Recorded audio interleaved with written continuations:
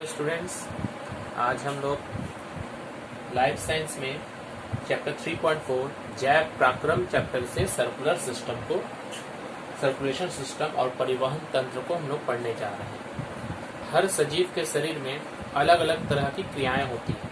इन क्रियाओं को सुचारू रूप से चलाने के लिए शरीर के अलग अलग भागों में कुछ चीज़ों की ज़रूरत पड़ती है और वहाँ से जो वर्ज्य पदार्थ या एक्सक्रीटरी प्रोडक्ट्स होता है उसे बाहर निकालने की जरूरत पड़ती है। तो इन सब के लिए पूरे शरीर में एक परिवहन सिस्टम होना बहुत ही ज़रूरी है, ताकि एक शरीर के एक स्थान से दूसरे स्थान तक हम चीज़ों को लेके जा सके। कौन कौन सी चीज़ें, जैसे जब हम खाना खाते हैं तो खाना खाने के बाद जब पाचन हो जाता है तो ये जो पाचित पदार्थ होते हैं, भोज्य पदार्थ जैसे कि कार्बोहाइड्रेट्स, प्रोटीन्स, ये सब शरीर के एक भाग से दूसरे भाग तक पहुंचाने के लिए, उसके अलावा जब हम सांस लेते हैं तो ऑक्सीजन को फेफड़ों से बाकी अंग तक पहुंचाने के लिए इन सब चीज़ों को जो जरूरत पड़ता है उसे ही हम लोग परिवहन तंत्र कहते हैं। तो परिवहन तंत्र क्या है?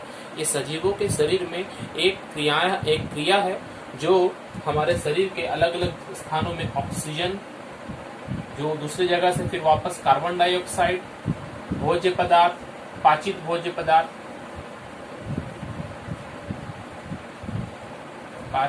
पदार्थ, हार्मोन्स, वर्ज्य पदार्थ, ये एक्सक्रीटरी प्रोडक्ट्स, जो पदार्थ हमारे शरीर में जरूरत नहीं है उन्हें शरीर से बाहर निकालना, ये अलग अलग अंगों तक जब पहुंचाता है वो हमारे शरीर में कौन पहुंचाता है? रक्त पहुंचाता है, ब्लड। तो ये ब्लड अकेले काम नहीं करता, ब्लड के साथ में हार्ट है, ब्लड वेसल्स है, तो ये सब मिलकर जो एक तंत्र बनाता, सिस्टम बनाता है, उसे ही हम लोग परिवहन तंत्र या सर्कुलेशन सिस्टम कहते हैं। तो सर्कुलेशन सिस्टम क्या है?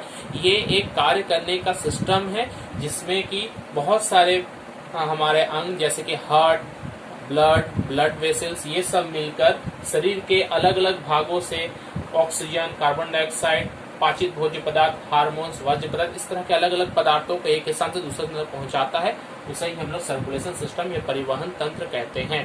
तो ये जो सर्कुलेशन सिस्टम है, परिवहन तंत्र, ये पौधों में हम लोगों ने देखा, पौधों में तो कोई रक्त नहीं होता, तो वहां पर ये दो तरह के उत्तक जाइलम और फ्लोएम से होते हैं। पौधों में ये जाइलम और फ्लोएम बोलकर दो उत्तक थे, जिसे कि हम लोगों ने संयोजी उत्तक कहा था, जो कि सर्कुलेशन सिस्टम में मदद करते हैं।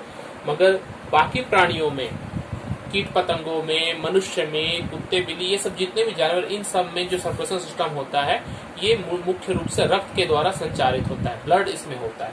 तो रक्त के द्वारा जो संचालित होता है उस तरह के सर्कुलेशन सिस्टम को हम दो टाइप में बांट सकते हैं। तो ब्लड सर्कुलेशन सिस्टम जो होगा, अगर हम ये ब्लड जोड़ दें, ब्लड सर्कुलेशन सिस्टम, तो ये टू टाइप्स के होते हैं। पहला है open circulatory system, open circulatory system.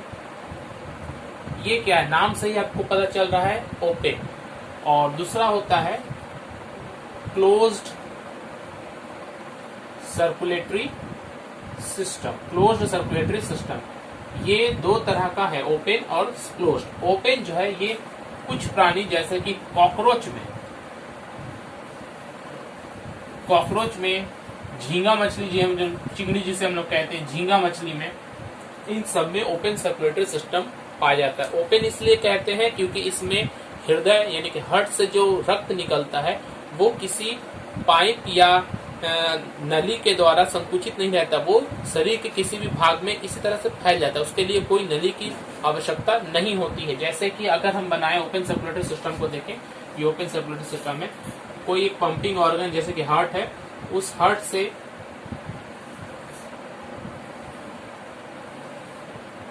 से जो भी ब्लड वेसल्स हैं,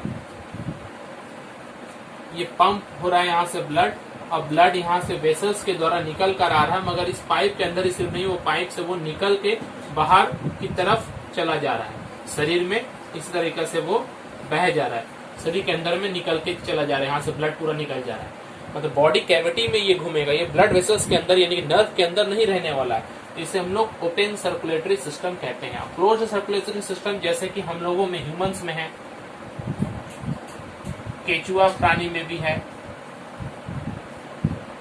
मछलियों में है, मेंढक में, इस तरह के जितने भी जो जंतु हम लोग जानते हैं उन सब में क्लोज सर्कुलेटरी सिस्टम होता है। इसमें क्या होता है, ये पंप होने के बाद ये हमेशा ब्लड वेसल्स के अंदर होते हैं। इसमें ब्लड वेसल्स एक दूसरे से जुड़ी रहती हैं, वो कुछ इस तरह से जुड़ी रहती हैं। यहाँ पर देखिए ब्रांच बन के मगर एक दूसरे से जुड़े, वो कहीं भी कभी भी ब्लड ये बॉडी के अंदर में इस तरह से बिना नर्व के द्वारा कभी भी अंदर में नहीं जा सकती, इसलिए इसे हम लोग क्लोज सर्कुलेटरी सिस्टम कहते हैं। अब हम लोग इस क्लोज सर्कुलेटरी सिस्टम के बारे में ही पढ़ेंगे। क्लोज सर्कुलेटरी सिस्टम के अंतर्गत क्या क्या भाग होते हैं। तो मनुष्य के अंदर में हम लोग जब क्लोज सर्कुलेटरी सिस्टम के बारे में अच्छे से पढ़ेंगे तो हम लोग देखेंगे क्लोज सर्कुलेटरी सिस्टम में कुल 3 भाग होते हैं। ब्लड सर्कुलेटरी सिस्टम और लिम्फेटिक सर्कुलेटरी सिस्टम, ये 2 तरह के सिस्टम होते हैं मनुष्य के अंदर में। लिम्फेटिक का मतलब होता है लसिका, लिम्फ से बना हुआ है। लसिका एक अलग तरह का द्रव है जो रक्त के जैसा ही है मगर इसका सिस्टम अलग है, इसे हम लोगों को अभी नहीं पढ़ना है। हम लोग रक्त यानी कि ब्लड सर्कुलेटरी सिस्टम के बारे में पढ़ेंगे। तो एक मनुष्य के अंदर में रक्त जो सिस्टम है हमारा ब्लड सर्कुलेटरी सिस्टम, ब्लड के द्वारा सर्कुलेशन जो होता है उसको 3 भागों में हम लोग बांट सकते हैं। उस सर्कुलेटरी सिस्टम के 3 मुख्य पार्ट्स है।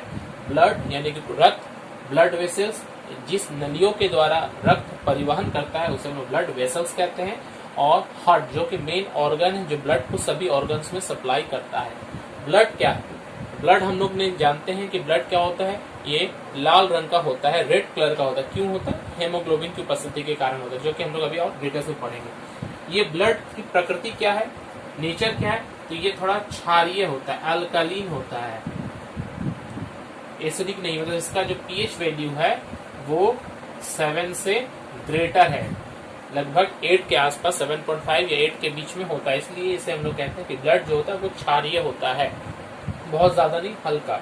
इसके अलावा ये जो ब्लड है ये चूंकि तरल अवस्था में पाया जाता है, ध्यान देंगे तरल, लिक्विड, तरल अवस्था में, इसलिए इसे हम लोग तरल संयोजी उत्तक भी कहते हैं। इसे ध्यान रखिएगा, सब पॉइंट्स बहुत इंपॉर्टेंट है, इनका गुण हम लोग पढ़ रहे हैं। ब्लड का पहला बात है कि ये क्षारीय होता है, दूसरा है कि तरल संयोजी उत्तक है। संयोजी उत्तक इसलिए कह रहे हैं क्योंकि ये एक स्थान से दूसरे स्थान तक को संयोजन करती है, किसके द्वारा? ब्लड के द्वारा ही पूरे बॉडी में हर कुछ पहुंचता है और वहां से वापस आता है, इसलिए तरल रूप में पाया जाता है, इसलिए तरल संयोजी उत्तक या liquid connecting tissue, liquid connecting tissue इसे हम लोग कहते हैं। इसके अलावा ब्लड का और कुछ खास बात क्या है कि ये थोड़ा गाढ़ा होता है। इसमें आप देखिएगा तो ये एकदम पानी की तरह पतला नहीं, इसके अंदर बहुत सारे भाग होते हैं जो कि हम लोग पढ़ेंगे ब्लड के, जब हम डिटेल्स पढ़ेंगे तो ब्लड के अंदर में और क्या, जैसे प्लाज्मा है, आरबीसी, डब्ल्यूबीसी, ये सब हम लोग पढ़ेंगे। नेक्स्ट है ब्लड वेसल्स। ब्लड वेसल्स के बारे में हम लोग जाने कि ये एक तरह का, जैसे हम लोग पाइप देखते हैं कहीं भी पानी का सप्लाई तो पाइप के द्वारा होता है। अब वो पाइप कोई मोटा होता है, कोई पतला होता है, उसी तरीका से ये ब्लड वेसल्स भी ये हार्ट से निकलती हैं, हमारे हृदय से निकलती है और शरीर के विभिन्न भागों में रक्त को पहुंचाती है। इनका काम वही है। ये ब्लड वेसल्स मुख्य रूप से 3 टाइप के होते हैं। वो 3 टाइप अभी हम लोग पढ़ेंगे। हार्ट के बारे में पढ़ लेते हैं। हार्ट क्या है? हार्ट एक अंग है, हम लोग का ऑर्गन है, जिसको डिटेल्स में पढ़ना है हम लोग इस चैप्टर में। ये हार्ट क्या है? ये एक तरह का कार्डियक मसल से बना हुआ है, कार्डियक मसल्स। हार्ट से रिलेटेड कुछ भी होगा तो कार्डियोलॉजिस्ट जैसे हम लोग जानते हैं, डॉक्टर को कहते हैं जो हार्ट की बीमारियों को चेक करता है, तो वही कार्डियक मसल्स। ये क्या है? Cardiac muscles. कार्डियक मसल्स जो है ये एक टाइप की मसल्स है जो कि हर वक्त गति करती है, हर वक्त स्पंदन कहने का मतलब पल्स की तरह ये हार्ट बीट जो हम लोग जानते हैं वो हार्ट बीट करती है। ये कभी भी थकती नहीं है, क्योंकि ये जब तक मनुष्य जीवित है ये हमेशा अपना कार्य करता है, ये थकता नहीं, कंटिन्यूअस कार्य करता है। हम लोग जानते हैं कि हार्ट बीट जो होता है वो हम लोग 1 मिनट में काउंट करें तो एक स्वस्थ मनुष्य के लिए 70 से 72 बार वो हृदय की धड़कन हमें सुनाई देती है। तो ये है कार्डियक मसल्स। इसके अलावा हार्ट के बारे में और अगर जानना है तो हम लोग डिटेल्स में उसको पढ़ेंगे। आज हम लोग ब्लड वेसल्स, अभी हम लोग फिलहाल ब्लड वेसल्स के बारे में पढ़ लें, नेक्स्ट वीडियो में हम लोग हार्ट के बारे में पढ़ेंगे। तो ब्लड वेसल्स क्या है? ये ब्लड वेसल्स जो है ये 3 टाइप की होती हैं। ब्लड वेसल्स या रक्त वाहिनियां 3 प्रकार की होती हैं। आर्टरी जिसके हम हिंदी में धमनी, वेन्स जिसे हम शिरा कहते हैं, और कैपिलरी जिसे केशिकाएं कहते हैं। देखिए केशिकाएं, कोशिकाएं नहीं है, कंफ्यूज मत होइएगा, ये केशिकाएं नाम दिया गया है। तो ये आर्टरीज, वेन्स और कैपिलरीज 3 तरह की रक्त वाहिनियां हमारे शरीर में है, जिनमें आर्टरी जो है ये थोड़ी मोटी होती है। ये तीनों में सबसे ज्यादा जो मोटी, जिनकी दीवार बहुत मोटी होती है उसे हम आर्टरीज कहते हैं, मोटी दीवार की होती है, थिक वॉल्ड होती है। मोटी दीवारें। और आर्टरीज का और क्या खास बात है कि आर्टरीज जो है ये लचीली मोटी दीवारें, यहां पर मैं लिख रहा हूं 1 नंबर आर्टरीज के बारे में। आर्टरी मोटी और लचीली दीवार होती है, मतलब ये बहुत स्ट्रिक्ट नहीं है, टाइट नहीं है, इसमें लचीलापन भी पाया जाता है। और इसके अलावा कपाटहीन होती है, जो कि बहुत इंपॉर्टेंट है। इसके कपाटहीन, कोई इसमें कपाट या कोई वेल्व नहीं पाया जाता है। वेल्व नहीं पाया जाता मतलब अगर ये आर्टरी से अगर यहाँ से ब्लड अगर जा रहा है तो ये वापस भी इसी से आ सकता है। इसमें कोई भी बीच में कपाट नहीं है। जैसे कि हट के सामने अगर ये जाएगा तो फिर कपाट होगा, ऐसा कहीं पर नहीं मिलेगा। कपाट बोलने का मतलब वेल्व, जो एक दिशा में ही किसी चीज को परिवहन करने देता है, तो इसमें ये नहीं है। और जो मुख्य बात क्या है आर्टरीज का, ये हमेशा शुद्ध रक्त का परिवहन करती है। शुद्ध रक्त का, आर्टरीज के द्वारा हमेशा शुद्ध रक्त का परिवहन होता है। शुद्ध रक्त किसे कहते हैं? वह रक्त जिसमें ऑक्सीजन है। मतलब इनका काम क्या है, ये हमेशा हृदय से शुद्ध रक्त को शरीर के विभिन्न भागों में पहुंचाती है। इनका काम है हार्ट से रक्त को दूर ले जाना।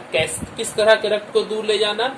जो फेफड़े से जब कोई रक्त हृदय तक पहुंचता है तो उसमें बहुत सारा ऑक्सीजन होता है, तो वो इस तरह के ऑक्सीजन वाले ब्लड को ये शरीर के बाकी भागों में हार्ट पहुंचाता है। किसके द्वारा पहुंचाता है? आर्टरीज के द्वारा पहुंचाता है। तो ये अवे फ्रॉम हार्ट लेके जाता है। क्या है? Away from heart to all parts of the body, शरीर के बाकी भागों में। अवे से याद रखिएगा, अवे मतलब दूर होता है, तो हार्ट से दूर लेके आता है, इसलिए आर्टरी का ए और ये अवे। इस तरह से याद कर सकते हैं कि आर्टरी से जो ब्लड निकलता है वो हार्ट के अंदर आता है या हार्ट से बाहर जाता है। तो ये हार्ट से बाहर जाने वाला चीज है। कैसा रक्त जाता है हार्ट से बाहर? शुद्ध रक्त जाता है, ऑक्सीजन युक्त ब्लड जाता है। इसका मुख्य कार्य यही है। मगर इनमें एक अपवाद है, एक एक्सेप्शन है। वो क्या है? Pulmonary artery. पल्मोनरी आर्टरी जो है, पल्मोनरी शब्द जो होता है, याद पल्मोनरी शब्द लंग्स से रिलेटेड अगर कुछ है तो उसको हम लोग जैसे हम लोग हार्ट को भी हम लोगों ने पढ़ा कार्डियक बोलते हैं, उससे लंग्स से अगर फेफड़े से कोई अगर रिलेटेड रहता है तो उसे हम लोग पल्मोनरी वर्ड से यूज करते हैं। क्योंकि जैसे फेफड़े का जो डॉक्टर होता है उसे पल्मोलॉजिस्ट कहते हैं। तो पल्मोनरी आर्टरी का है, ये फेफड़े से संबंधित है। इसका काम ठीक आर्टरी के ठीक उल्टा है। ये क्या काम करता है? ये अशुद्ध रक्त को पल्मोनरी आर्टरी जो है अशुद्ध रक्त को या डीऑक्सीजनेटेड ब्लड जिसको हम कहते हैं, जिसमें कि ऑक्सीजन नहीं है, जिसमें कार्बन डाइऑक्साइड है, हार्ट से लंग्स तक ले जाता है। अशुद्ध रक्त को हार्ट से लंग्स तक लेके जाता है पल्मोनरी आर्टरी। इसका काम क्या है? हार्ट, देखिए आर्टरी का मतलब है हमेशा हृदय से दूर लेके ब्लड को जाना। अगर उसमें ऑक्सीजन रहेगा तो ये आर्टरी जो है वो शरीर के बाकी भागों में लेके जाएगा।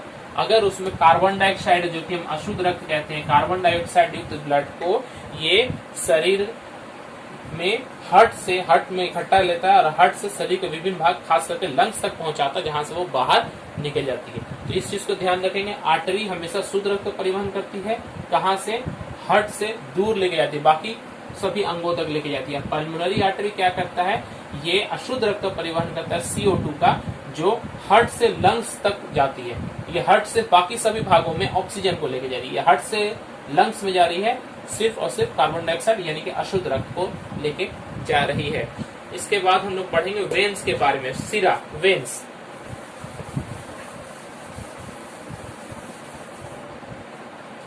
वेन्स को हम लोग जनरली अपने आंखों से भी देख सकते हैं। शिरा को हमारे हाथ में या कलाई में देखिएगा, ये जो ग्रीन कलर का जो नस जो हम लोग देखते हैं, यही असल में वेन्स है। ये शरीर के ऊपरी भागों में दिखने को मिलती है और आर्टरीज की तुलना में ये थोड़ी पतली होती है। इनकी दीवारें जो होती हैं आर्टरी की तुलना में, धमनी की तुलना में पतली होती है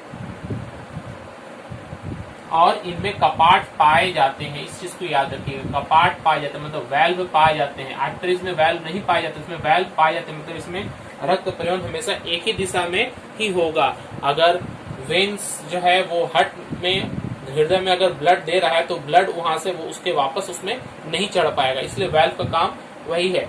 इसका क्या काम है? इसका काम यह है कि अशुद्ध या ये जो है ज्यादा जितने भी वेन्स है वो अशुद्ध रक्त को यानी कि CO2 को आर्टरीज क्या कर रहा था? हार्ट से शरीर के विभिन्न भागों में लेकर जा रहा था। और वेन्स क्या करता है? ये शरीर के विभिन्न भागों में जो श्वसन के दौरान जो CO2 खत्म होने के बाद जब CO2 हो जाता है तो ये CO2 को लेकर वेन्स हार्ट तक पहुंचाता है। तो अशुद्ध रक्त या CO2 युक्त रक्त को शरीर के विभिन्न बॉडी पार्ट से लेकर हमारे कहां तक पहुंचाएगा? हार्ट तक लेकर आएगा। आर्टरीज हार्ट से बॉडी पार्ट तक लेके जा रहा था शुद्ध रक्त को, और वेन्स क्या करता है? ठीक उसका उल्टा काम करता है, अलग अलग बॉडी के पार्ट से CO2 वाले रक्त को हार्ट तक पहुंचाता है। मगर इसमें भी एक अपवाद है, पल्मोनरी वेन। पल्मोनरी वेन क्या करता है?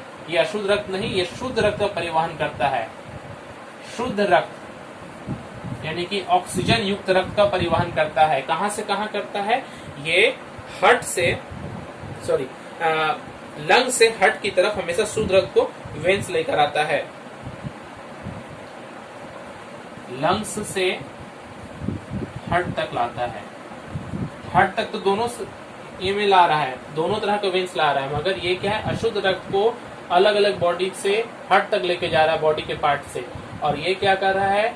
शुद्ध रक्त को, ऑक्सीजन युक्त रक्त को लंग्स से हार्ट की ओर लेकर जा रहा है।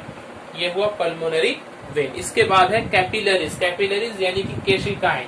इनका काम है वेन्स और आर्टरीज के बीच में संबंध स्थापित करना। ये दोनों को मिलाकर रखती हैं।